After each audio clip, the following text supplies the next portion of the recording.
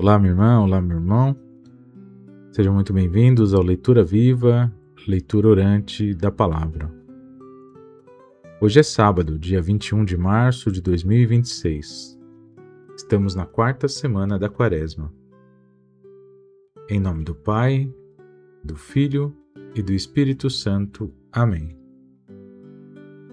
Espírito de verdade que sopras onde queres e rompe as fronteiras do nosso preconceito. Abre nossos ouvidos para a tua voz, que clama no meio do povo. Que não busquemos a segurança das leis que excluem, mas a coragem da caridade que liberta. Amém.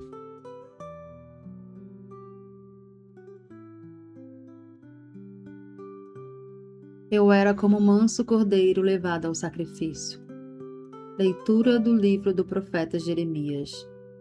Senhor, avisaste-me e eu entendi.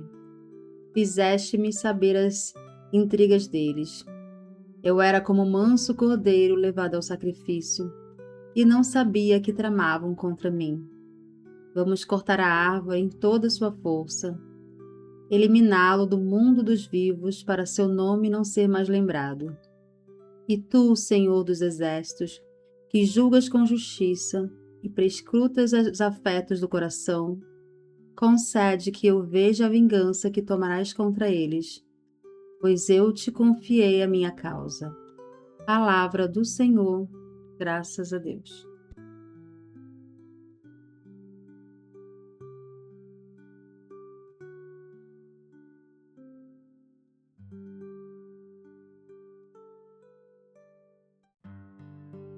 Salmo responsorial. Senhor meu Deus, em vós procuro o meu refúgio. Senhor meu Deus, em vós procuro o meu refúgio. Senhor meu Deus, em vós procuro o meu refúgio. Vinde salvar-me do inimigo, libertai-me.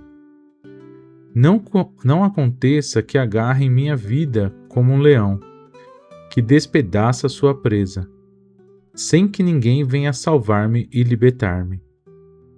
Julgai-me, Senhor Deus, como eu mereço, e segundo a inocência que há em mim.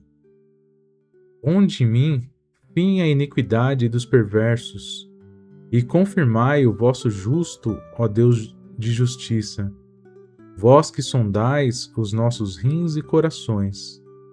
O Deus vivo é um escudo protetor, e salva aqueles que têm reto coração. Deus é juiz, e ele julga com justiça, mas é um Deus que ameaça cada dia. Senhor meu Deus, em vós procuro o meu refúgio.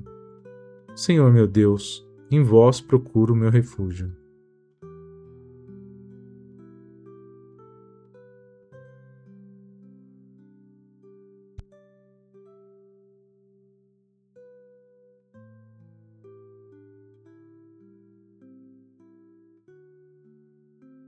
Porventura, o Messias virá da Galileia? Proclamação do Evangelho de Jesus Cristo segundo João. Naquele tempo, ao ouvirem a palavra de Jesus, algumas pessoas da multidão diziam: Este é verdadeiramente o profeta. Outros diziam: Ele é o Messias. Mas alguns objetavam: Porventura, o Messias virá da Galileia? Não diz a Escritura que o Messias será da descendência de Davi e virá de Belém, povoado de onde era Davi? Assim, houve divisão no meio do meu povo por causa de Jesus. Alguns queriam prendê-lo, mas ninguém pôs a mão nele. Então, os guardas do templo voltaram para os sumos sacerdotes e os fariseus, e estes lhe perguntaram: Por que não o trouxestes? Os guardas responderam: Ninguém jamais falou como este homem. Então os fariseus disseram-lhe: Também vós vos deixastes enganar? Por acaso algum dos chefes ou dos fariseus acreditou nele? Mas esta gente que não conhece a lei é maldita. Nicodemos, porém, um dos fariseus, aquele que se tinha encontrado com Jesus anteriormente, disse: Será que a nossa lei julga alguém antes de o ouvir e saber o que ele fez? Eles responderam: Também tu és galileu, porventura? Vai estudar e verás que da Galiléia não surge profeta. E cada um voltou para sua casa. Palavra do Senhor, graças a Deus.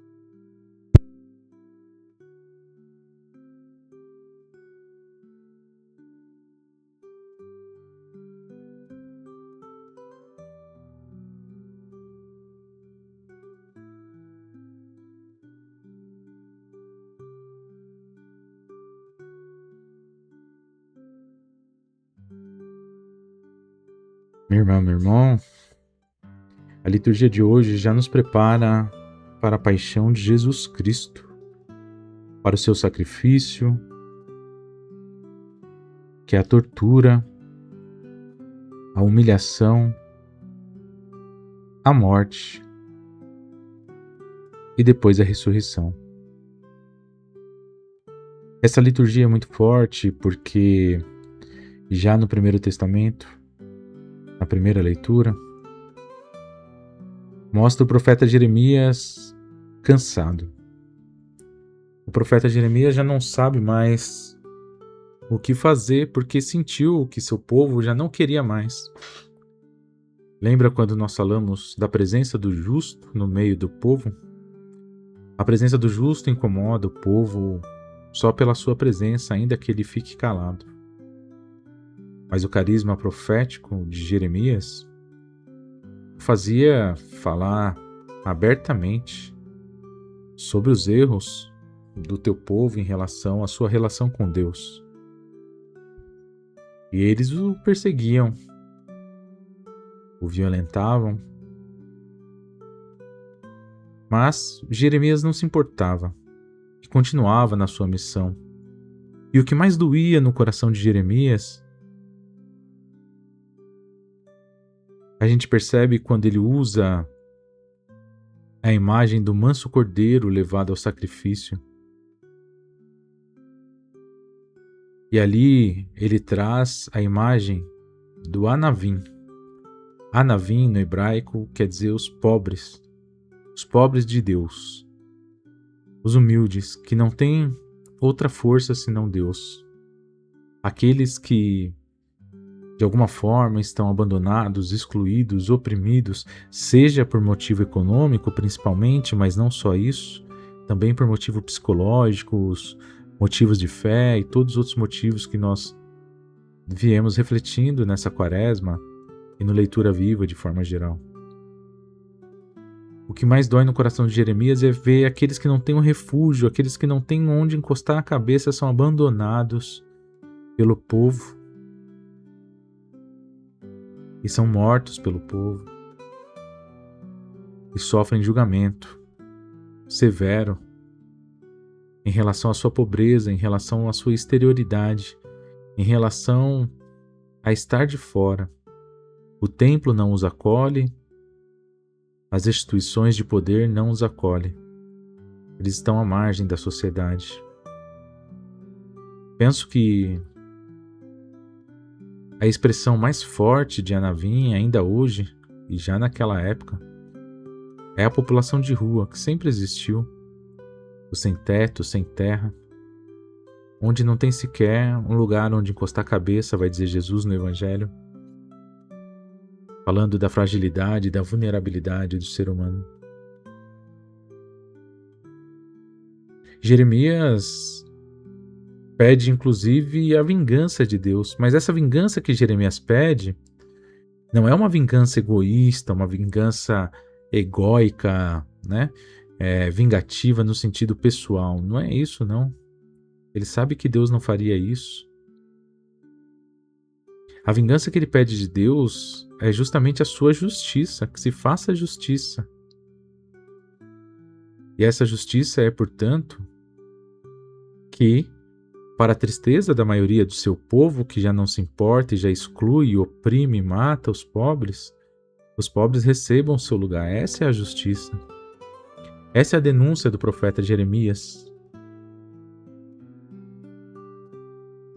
E aqui nós vemos já um prenúncio de Jesus, quando ele vai falar justamente da figura do cordeiro exilado, do manso cordeiro elevado ao sacrifício. É justamente o prenúncio da figura de Jesus. E o Salmo nos ajuda, como sempre, uma ponte entre a primeira e a segunda leitura, entre essa angústia de Jeremias, que entrega a Deus o seu ministério profético, seu carisma profético, e a tensão vivida por Jesus no templo que nos anuncia o Evangelho depois. O salmista clama por um Deus que sonda rins e corações. Para o povo semita, o coração é o órgão mais importante, porque é a partir do coração que a gente age.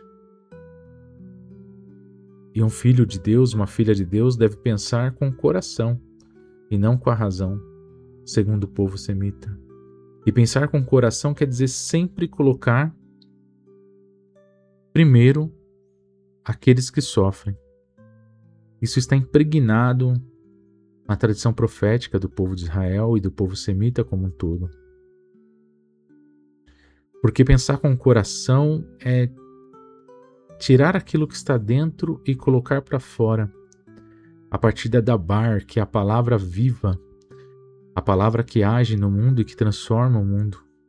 Isso é muito diferente da tradição grega depois, que ainda hoje, infelizmente, é muito forte, inclusive dentro da igreja.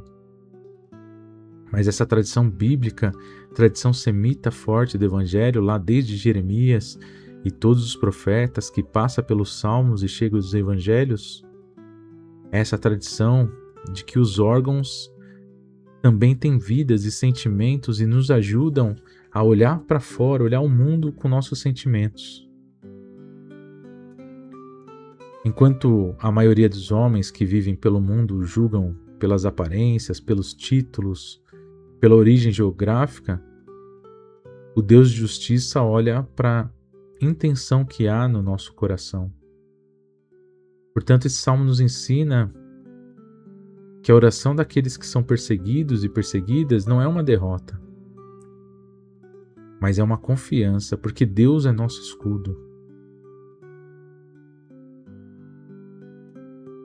É a oração de quem sabe que, embora o tribunal humano seja injusto, covarde e que muitas vezes nos mata aos poucos,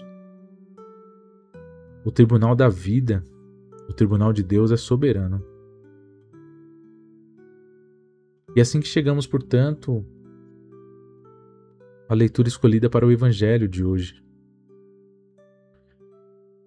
João mostra a aplicação prática da perseguição de Jeremias, sofrida agora por Jesus. E Jesus, assim como Jeremias lá atrás, gera uma crise, uma divisão no povo. Você vê que é da boca do soldado do templo e, portanto, do povo simples, aqueles que não têm estudo, aqueles que não têm conhecimento das leituras, nem dos ritos, nem das leis, que só obedecem ordens. É este povo simples que são chamados o povo da terra, que é um termo usado por desprezo pelas elites religiosas, como ignorantes e daí por diante. É esse povo simples que consegue perceber a autoridade de Jesus. Ao ouvir Jesus, eles reconhecem Deus. Eles não precisam de ninguém com autoridade acadêmica, ou no caso, autoridade de títulos do templo, como são os fariseus e os saduceus. Eles não precisam de ninguém que seja autorizado pelo governador, que seja autorizado por qualquer autoridade mundana para falar. O povo simples até hoje reconhece a verdade onde eles estão. Em geral, o povo simples sabe quando é verdadeiro, quando tem verdade na pessoa, justamente porque Jesus ali no momento, ele representa uma coerência com aquilo que ele fala e aquilo que ele faz, as suas ações. Não tem distância entre aquilo que ele fala e aquilo que ele faz, e é por isso que o povo reconhece. Já os fariseus, eles argumentam com a letra da lei, da escritura, e comprovam com toda a sabedoria e toda a ciência. Inclusive que da Galileia é uma terra de mistura de gente simples, gente de periferia, não vai sair nada de bom. Isso já diziam os antigos e, portanto, essa tradição segue aqueles e aquelas que são considerados sábios e sábias do templo. E eles usam esse saber teológico justamente para erguer esse muro e para tentar desmerecer Jesus. Mas a fala de Jesus, ela não precisa de nenhuma aprovação dos líderes do templo, dos líderes governantes, porque a sua fala é baseada na coerência, na realidade do dia a dia e na compaixão. E é por isso que ele faz até os guardas, que são braço armado do sistema contra o povo simples, ele faz os guardas baixarem as armas e as mãos e ouvirem com o coração, porque a sua palavra chega no coração e o coração responde. Unindo essas três leituras, portanto, nós percebemos uma mensagem central para a nossa caminhada quaresmal. Deus se manifesta onde o sistema diz que ele não pode estar. Desde Jeremias, mas todos os profetas, nós percebemos que ser fiel a Deus muitas vezes é caminhar na contramão dos poderosos. Todas as vezes, na verdade. Em toda a história do cristianismo, nós percebemos que o cristianismo de verdade, o cristianismo verdadeiro, não estava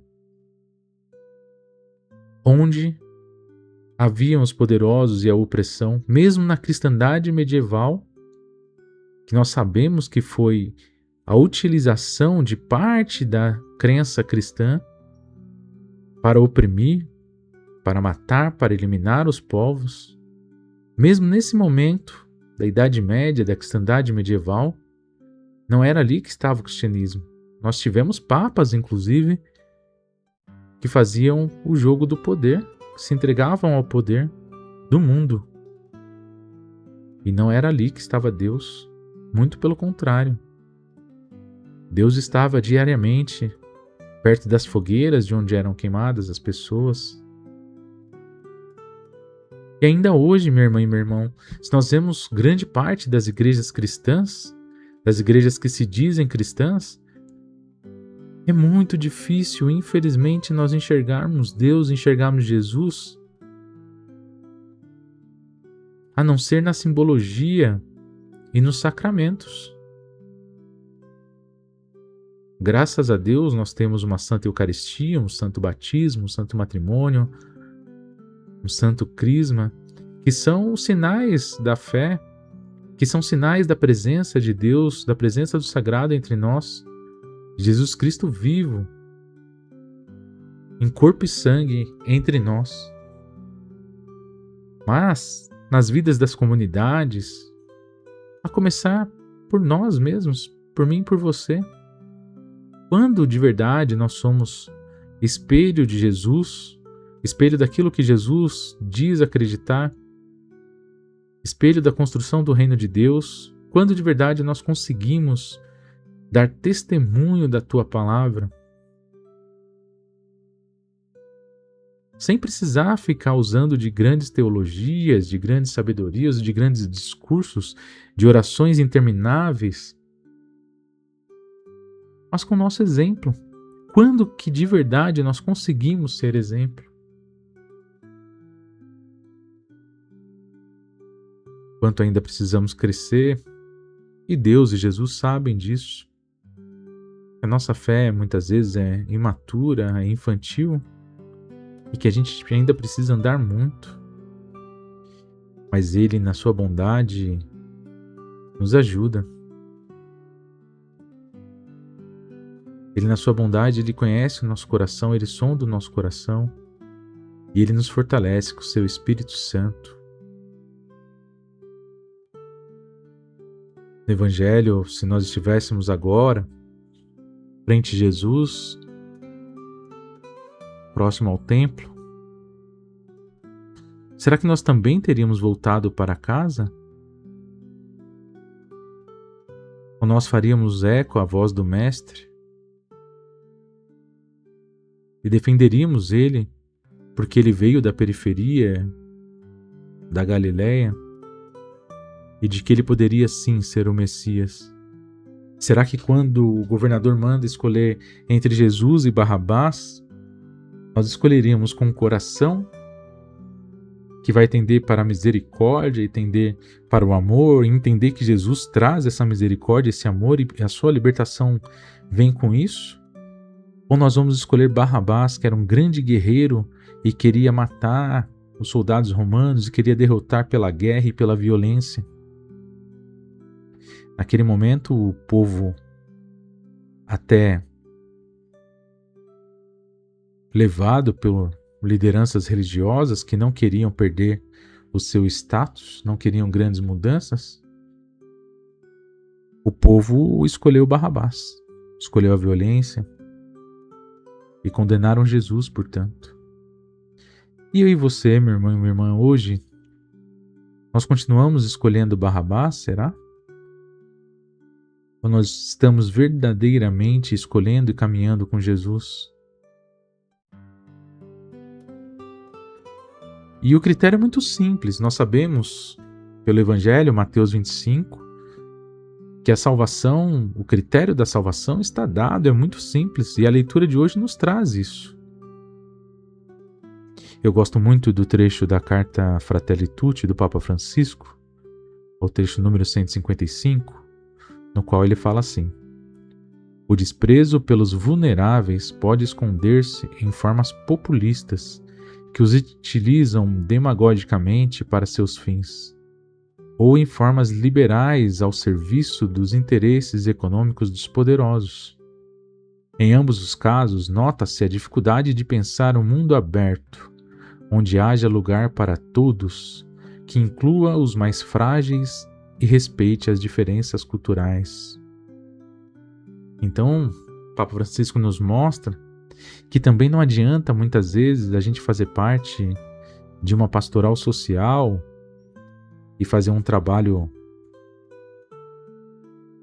voluntário ali, por melhor intenção que a gente tenha. Não adianta só isso. O que Deus quer de nós é o nosso compromisso. Ele quer o nosso coração entregue a uma causa, que é a construção do seu reino, a começar pelo socorro, pelo serviço, àqueles e aquelas que mais precisam. Nós poderíamos perguntar hoje se nas nossas comunidades, na nossa paróquia, se de alguma forma os galileus estão sendo acolhidos. Estão sendo bem acolhidos, eles têm convites para participar do dia a dia, dos serviços, das pastorais, dos organismos, para estar também nas reuniões dos conselhos paroquiais. Eles são ouvidos, elas são ouvidas? Ou a gente finge que não existem, deixa só eles indo na missa e não os convida para participar e tudo bem? Que a gente já tem, aliás, um grupinho fechado, não é mesmo? Então não dá para ficar chamando todo mundo para estar na comunidade. Esse é o princípio da liderança que exclui, esse é o princípio do templo daquela época, dos fariseus. Há lugar para poucos. Mas Jesus inverte essa lógica justamente abrindo para todos e todas, assim como o Papa Francisco está dizendo aqui nesse trecho. Nicodemos teve a coragem profética de intervir, mesmo ele sendo fariseu, e isso custou muito caro para ele, inclusive.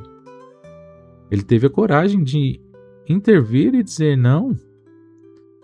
Pode ser que ele seja o Messias, sim. Não é porque ele vem de um lugar pobre, que ele não vem de uma família honrada, esperada, que ele não possa ser o Messias, o Filho de Deus, aquele que a gente espera.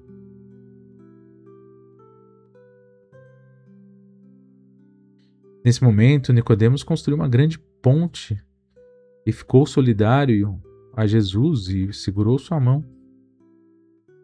E a nossa fé hoje? Ela nos leva a construir pontes, diálogo, a intervir por aqueles e aquelas que mais precisam? Ou a gente se esconde atrás dos nossos muros de certeza, esses muros que excluem os outros, que deixa tanta gente de fora? Meus irmãos e minhas irmãs, quantas famílias em formações diferentes daquela que a gente acha que seja o ideal? Papai, mamãe, filhinho. Quantas famílias hoje, por diversos motivos que não cabem a nós julgar, mas quantos modelos de família hoje mudaram por causa dos sinais dos tempos e que a gente simplesmente exclui da nossa comunidade de fé? Quantas pessoas, meus irmãos e minhas irmãs, sem contar as pessoas mais pobres, aquelas que muitas vezes não têm uma roupa que a gente julga inadequada para vir à igreja, por exemplo. Muitas vezes pessoas que estão passando fome, a gente simplesmente exclui. Mas também tem pessoas de outras orientações sexuais, por exemplo. Pessoas negras muitas vezes são evitadas na igreja. Casais de segunda união. As crianças são muito mal aconselhadas nas nossas catequeses, muito mal instruídas, e vão embora depois da catequese, voltam para fazer crisma, depois vão embora. Dificilmente vêm para o grupo de jovens, e quando vêm, fazem os grupos de jovens e muitas vão embora. Pouquíssimas permanecem, porque nós não aprendemos ainda como acolher todas as pessoas.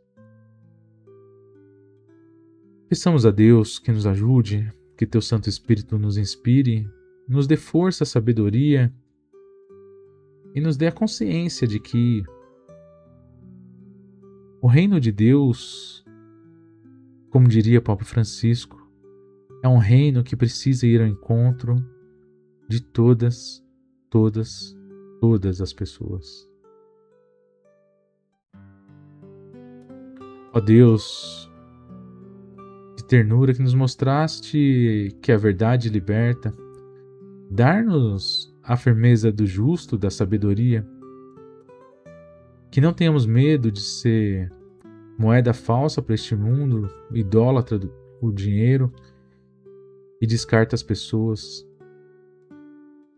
Deus de justiça, que sonda os rins e os corações, livra-nos da tentação de usar a Tua palavra para oprimir os pequenos e nos dá a sensibilidade daquele guarda do templo para nos deixarmos tocar pela fala de Jesus, para reconhecer que a fala de Jesus é diferente de todas as outras, que o Santo Evangelho nos traz o que o nosso coração precisa para se libertar. Ó Maria, Mãe da Esperança e Mulher das Periferias, nos ensina a ver em cada pessoa um profeta da vida, e que a gente possa aprender com cada uma, respeitando suas diferenças, sejam elas de quais naturezas forem, que a gente possa acolher de coração, como irmão, como irmã, todo aquele e toda aquela que são diferentes de nós, e que nas mãos dadas e na oração do Pai Nosso, a gente consiga se reconhecer como irmão e como irmã, e que a gente consiga de fato fazer uma comunidade que constrói o reino de Deus a cada dia, onde ninguém passa necessidade e todos que olham de fora querem entrar. Ave Maria, cheia de graça, o Senhor é convosco, bendita sois vós entre as mulheres, bendito é o fruto do vosso ventre, Jesus. Santa Maria, Mãe de Deus, roga por nós, pecadores, agora e na hora de nossa morte. Amém.